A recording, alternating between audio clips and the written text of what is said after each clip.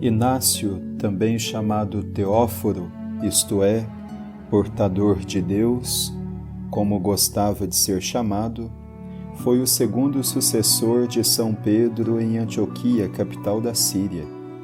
Sob o imperador Trajano, foi levado a Roma, sob a acusação de ser cristão para ser lançado às feras.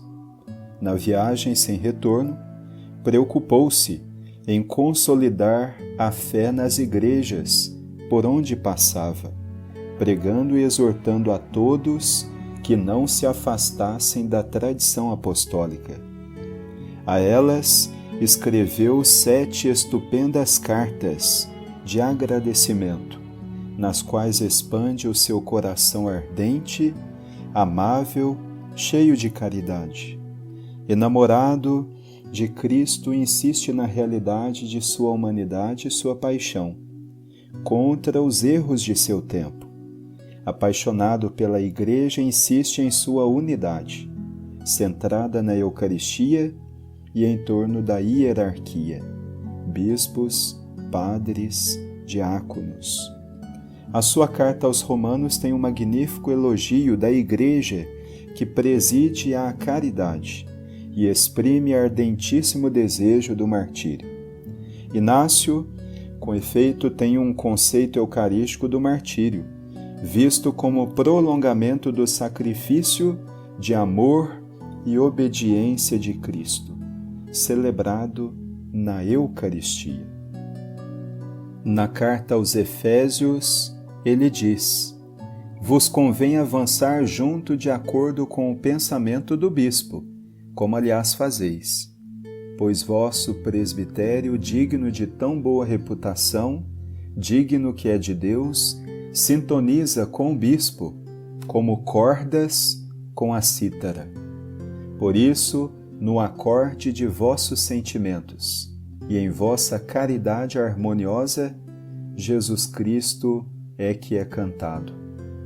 Mas também, um por um, chegais a formar um coro para cantardes juntos em harmonia, acertando o tom de Deus na unidade. Cantais em uníssono, por Jesus ao Pai, a fim de que vos escute e reconheça pelas vossas boas obras que sois membros de seu Filho. Vale assim a pena viver em unidade intangível, para que toda hora também participeis de Deus. Na carta aos Magnésios, Santo Inácio diz: esforçai-vos por fazer tudo na harmonia de Deus, sob a presidência do bispo em lugar de Deus, e dos presbíteros em lugar do colégio dos apóstolos e dos diáconos, particularmente queridos, encarregados do serviço de Jesus Cristo, o qual antes dos séculos estava com o Pai e nos últimos tempos se manifestou. Conformando-vos assim todos ao proceder de Deus, amai-vos uns aos outros, e ninguém considere o próximo segundo a carne, mas amai-vos sempre, mutuamente, em Jesus Cristo. Nada haja entre vós que possa dividir-vos, mas uni-vos com o bispo e com os presidentes, para constituirdes uma imagem e um ensinamento de imortalidade.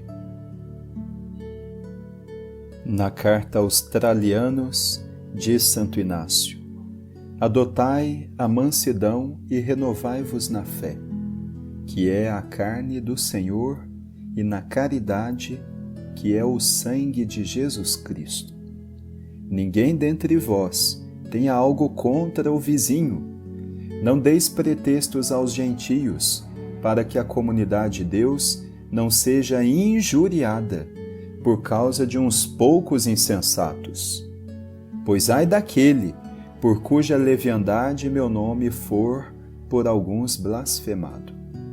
Desejo que me escuteis com amor, para que, com a minha carta, não me transforme em testemunho contra vós, rezai também por mim, que preciso de vossa caridade junto à misericórdia de Deus para tornar-me digno da herança que me toca alcançar, para não ser encontrado indigno de recebê-la. Amai-vos mutuamente, um por um, em coração indiviso. Meu espírito por vós se empenha não apenas agora, também quando com Deus me encontrar. Na carta aos Romanos, exorta Santo Inácio: Suplico-vos, não vos transformeis em benevolência inoportuna para mim. Deixai-me ser comida para as feras, pelas quais me é possível encontrar Deus. Sou trigo de Deus e sou moído pelos dentes das feras, para encontrar-me como pão puro de Cristo. Acariciai antes as feras, para que se tornem meu túmulo, e não deixem sobrar nada de meu corpo, para que na minha morte não me torne peso para ninguém. Então, de fato, serei discípulo de Jesus Cristo, quando o mundo nem mais vir meu corpo. Implorai a Cristo em meu favor, para que por estes instrumentos me faça vítima de Deus. Não é como Pedro e Paulo que vos ordeno. Eles eram apóstolos, eu um condenado. Aqueles livres, e eu até agora escravo. Mas quando tiver padecido, tornar-me-ei alforriado de Jesus Cristo, e ressuscitarei nele, livre, e agora preso, aprendo a nada desejar. Escreveu Santo Inácio na carta aos Filadélfios. Sei que não foi por si mesmo, nem por meios humanos, nem tampouco por ambição, mas a caridade de Deus Pai e do Senhor Jesus Cristo, que o bispo obteve a incumbência de estar a serviço da comunidade. Admiro comovido sua bondade, que calada mais ressonância encontra que as invencionices dos faladores. Harmoniza-se ele com os mandamentos, como a cítara com as cordas. Clamei quando estive entre vós, e o disse alto e bom som, na voz de Deus: apegai-vos ao bispo, ao presbitério e aos diáconos. Alguns desconfiaram que eu assim falava, porque sabia da separação de diversos deles. No entanto, é-me testemunha aquele por quem estou preso, que por intermédio de homem carnal não vim a saber coisa alguma.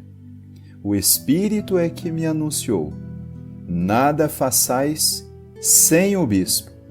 Guardai o vosso corpo como templo de Deus. Amai a união. Fugi das discórdias. Tornai-vos imitadores de Jesus Cristo, como ele o é do Pai.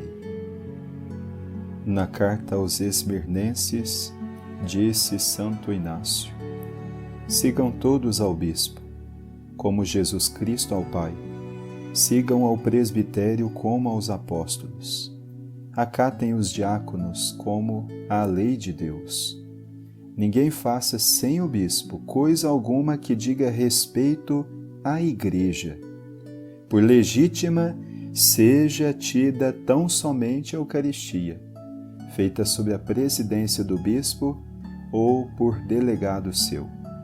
Onde quer que se apresente o bispo, ali também esteja a comunidade. Assim como a presença de Cristo Jesus também nos assegura a presença da Igreja Católica. Sem o bispo não é permitido nem batizar, nem celebrar o ágape. Tudo, porém, o que ele aprovar será também agradável a Deus, para que tudo quanto se fizer seja seguro e legítimo.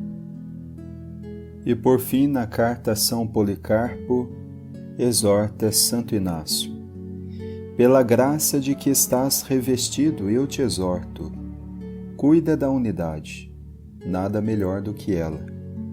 Promove a todos como o Senhor te promove. Suporta a todos com amor, como aliás o fazes. Dispõe-te para orações ininterruptas. Pede ainda maior inteligência do que já tens. Sê vigilante, dono de um espírito sempre alertado. Fala a cada qual no estilo de Deus. Vai levando as enfermidades de todos como atleta consumado. Quanto maior o labor, maior o lucro. Atendei ao bispo para que Deus vos atenda. Ofereço-me como resgate daqueles que se sujeitam ao bispo, aos presbíteros e diáconos. Com eles, me seja concedido ter parte em Deus. Labutai um ao lado dos outros. Lutai juntos, correi, sofrei, dormi. Acordai unidos, como administradores de Deus, como seus assessores e servos. Procurai agradar aquele sob cujo estandarte combateis, de quem igualmente recebeis o soldo. Que não se encontre desertor entre vós. Vosso batismo há de permanecer como escudo, a fé como capacete, o amor como lança, a paciência como armadura. Vossos fundos de reserva são vossas obras, para receberdes um dia os vencimentos devidos. Sede, pois, magnânimos, uns com os outros, na doçura, como Deus o é convosco.